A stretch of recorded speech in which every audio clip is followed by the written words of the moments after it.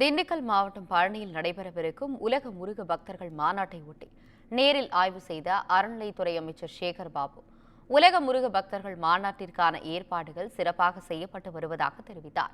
அது குறித்து பார்க்கலாம். அனைத்துலக முருகர் பக்தர் மாநாடு நடத்துவதென்று முடிவெடுக்கப்பட்டது. எடுக்கப்பட்ட தீர்மானங்களின்படி அடுத்த மாதம் 24, 25ஆம் தேதிகளில் அனைத்துலக முருகர் பக்தர் மாநாடு நடைபெற இருக்கின்றது. இது உலக அளவிலே இருந்து 100க்கும் மேற்பட்ட முருக பக்தர்கள் பங்கேற்கிறார்கள். 39க்கும் மேற்பட்ட முக்கியஸ்தர்கள், கவர்னர், நாடாளுமன்ற உறுப்பினர், மேயர் போன்றவர்கள் வெளிநாட்டிலிருந்து பங்கேற்கிறார்கள்.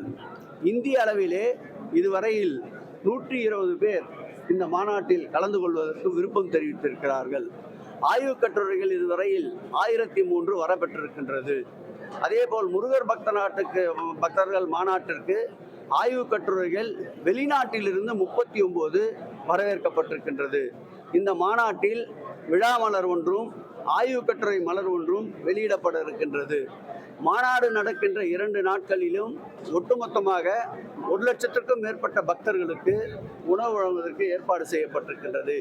இப்படி அதிக அளவில் பக்தர்கள் வருவார் என்ற திட்டமிடலால் போக்குவரத்து, மின்சாரம், குடிநீர், கழிப்பிட வசதி, அதேபோல் அவசர தேவைக்காக காவல்துறையை சார்ந்த தீயணைப்புத்துறை போன்ற அனைத்து துறைகளையும் ஒருங்கிணைத்து இன்றைக்கு கூட்டத்தை நடத்தியிருக்கின்றோம்.